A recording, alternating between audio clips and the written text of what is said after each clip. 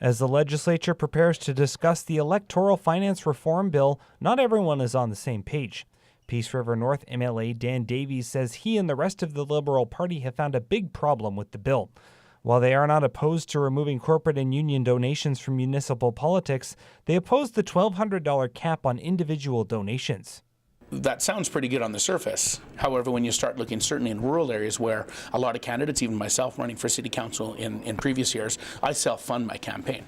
I make that decision, you know what, I'm going to spend $2,000 or $2,500 out of my own pocket and run my campaign and don't do any fundraising. Under this new legislation, that's not allowed.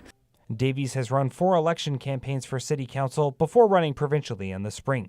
He says this new legislation makes it much harder for those hoping to run for office. It changes it dramatically. And again, I mean, I've self-funded my campaigns in the past. I look at, is my energy over a 30-day campaign period worth, going out chasing the $5, $10, $15, $20 from people?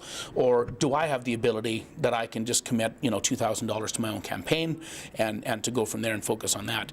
So it removes that, that basic right that I have, that I want to run and represent my riding and self-fund out of my own pocket. Davies says he and his party plan to introduce an amendment to the bill which would allow individuals to self-fund before the bill is voted on. Hugh Smith, CJDC TV News, Fort St. John.